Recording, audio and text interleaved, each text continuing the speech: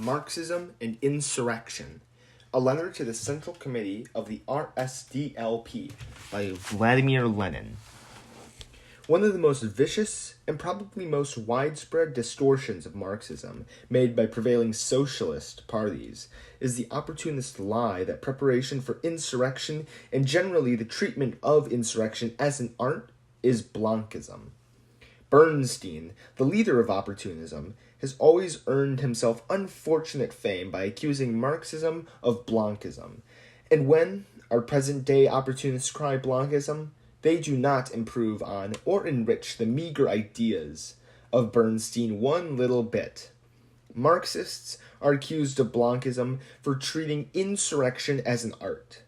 Can there be any more flagrant perversion of the truth, when not a single Marxist will deny that it was Marx who expressed himself on this score in the most definite, precise, and categorical manner, referring to the insurrection exactly as an art, and saying that it must be treated as an art, that you must win and the first success, and then proceed from success to success, never ceasing the offensive against the enemy, taking advantage of his confusion, etc., etc. To be successful, insurrection must rely not upon conspiracy, and not upon a party, but upon the advanced class. That is the first point. Insurrection must rely upon a revolutionary upsurge of the people. That is the second point. Insurrection must rely upon a crucial moment in history of the growing revolution, when the activity of the advanced ranks of the people is at its height, and when the vacillations in the ranks of the enemy and in the ranks of the weak, half-hearted, and irresolute friends of the revolution are strongest. That is the third point. And these three conditions for raising the question of insurrection distinguish Marxism from Blanchism. Once these conditions are present, however, to refuse to treat insurrection as an art is a betrayal of Marxism and a betrayal of the revolution. In order to show that precisely the present moment must be regarded as one in which the party is obliged to admit that insurrection has been placed upon the agenda by the whole course of objective developments and must treat insurrection as an art, it will perhaps be best to use the method of comparison and to draw a parallel between July 3rd to 4th and the September days. On July 3rd to 4th, it was possible to argue, without violating the truth, that is, the correct thing to do was to take power. For our enemies would, in any case, accuse us of insurrection and ruthlessly treat us as rebels. However, to decide on this account in favor of taking power at the time would have been wrong, because the objective conditions for the victory of the insurrection did not exist. 1. We lacked the support of the class, which is the vanguard of the revolution. We still did not have a majority among the workers and soldiers of the capitals. Now we have a majority in both the Soviets. It was created solely by the history of July and August, but the experience of the ruthless treatment meted out to the Bolsheviks, and by the experience of the Kornilov affair. 2. There was no countrywide revolutionary upsurge at the time. There is now, after the Kornilov affair, as is proved by the situation in the provinces and by the taking over of power by the Soviets in many localities. 3. At that time, there was no vacillation on any serious political scale among our enemies and among the irresolute petty bourgeoisie. Now the vacillation is enormous. Our main enemy, allied in world imperialism, for world imperialism is being led by the Allies, has begun to waver between a war to a victorious finish and a separate peace directed against Russia. Our petty bourgeois Democrats have clearly lost their majority among the people, having begun to vacillate enormously, and have rejected a bloc, i.e. a coalition, with the cadets. 4. Therefore, an insurrection on July 3rd to 4th would have been a mistake. We could not have retained power either physically or politically. We could not have retained it physically in spite of the fact that at certain moments, Petrograd was in our hands, because at that time, our workers and soldiers would not have fought and died for Petrograd. There was not at the time that savageness or fierce hatred of both the Kerenskys and of the Cheratellis and Chernovs. For our people had still not been tempered by the experience of the persecution of the Bolsheviks, in which the socialist revolutionaries and Mensheviks participated. We could not have retained power politically on July 3rd to 4th because before the Kornilov affair, the army and the provinces might and would have marched against Petrograd. Now, the picture is entirely different. We have the following of the majority of a class, the vanguard of the revolution, the vanguard of the people, which is capable of carrying the people with it. We have the following of the majority of the people because Chernov's resignation, while by no means the only symptom, is the most striking and obvious symptom that the peasants will not receive land from the Socialist Revolutionaries bloc or from the Socialist Revolutionaries themselves. And that is the chief reason for the popular character of the revolution. We are in the advantageous position of a party that firmly knows the path it must follow, whereas the imperialism as a whole and the Menshevik and Socialist Revolutionary Bloc as a whole are vacillating in an incredible fashion. Our victory is assured, for the people are close to desperation, and we are showing the entire people a sure way out by having demonstrated to the entire people during the Kornilov days the value of our leadership, and then proposing to the politicians of the bloc a compromise, which they rejected, although there is no let-up in their vacillations.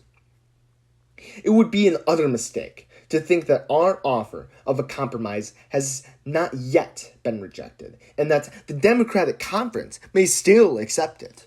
The compromise was proposed by a party to parties. It could not have been proposed in any other way.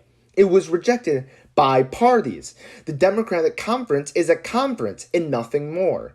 The one thing must not be forgotten, namely that the majority of the revolutionary people, the poor and embittered peasants, are not represented in it. It is a conference of a minority of the people. This obvious truth must not be forgotten. It would be an utter mistake, utter parliamentary cretinism on our part if we were to regard the Democratic Conference as a parliament, for even if it were to proclaim itself a permanent and sovereign parliament of the revolution, it would nevertheless decide nothing. The power of decision lies outside it, in the working class quarters of Petrograd and Moscow. All the objective conditions exist for the successful insurrection. We have the exceptional advantage of a situation in which only our victory in the insurrection can put to an end that most painful thing on earth, vacillation, which has worn the people out. In which only our victory in the insurrection will give the peasants land immediately. A situation which only our victory in the insurrection can foil the game of separate peace directed against the revolution by publicly proposing a fuller, juster, and earlier peace, a peace that will benefit the revolution. Finally, our party alone can, by a victorious insurrection, save Petrograd. For if our proposal for peace is rejected, if we do not secure even an armistice, then we shall become defensists. Then we shall place ourselves at the head of the war parties. We shall be the war party, par excellence, and we shall conduct the war in a truly revolutionary manner. We shall take away all the bread and boots from the capitalists. We shall leave them only crusts and dress them in slippers. We shall send all the bread and footwear to the front, and then we shall save Petrograd. The resources, both material and spiritual, for a truly revolutionary war in Russia are still immense. The chances are 100 to 1, and the Germans will grant us at least an armistice. And to secure an armistice now would in itself mean to win the whole world. Having recognized the absolute necessity of an insurrection of the workers of Petrograd and Moscow in order to save the revolution and to save Russia from a separate partition by the imperialists of both coalitions, we must first adapt our political tactics at the conference to the conditions of the growing insurrection. And, Secondly, we must show that it is not only in words that we accept Marx's ideas that insurrection must be treated as an art. At the conference, we must immediately cement the Bolshevik group without striving after numbers, and without fearing to leave the waverers in the waverers' camp. They are more useful to the cause of the revolution there than in the camp of the more resolute and devoted fighters.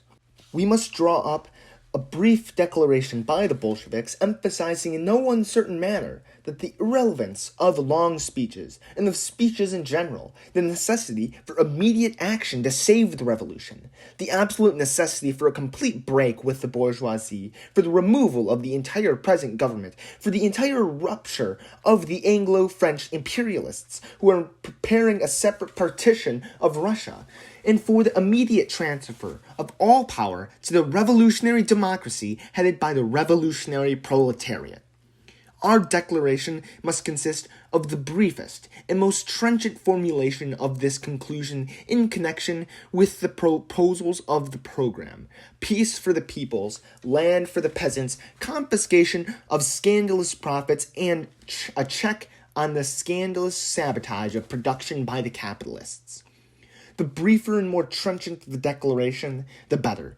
Only two other highly important points must be clearly indicated in it. Namely, that the people are worn out by the vacillations, that they are tormented by the irresolution of the socialist revolutionaries and Mensheviks, and that we are definitely breaking with these parties because they have betrayed the revolution.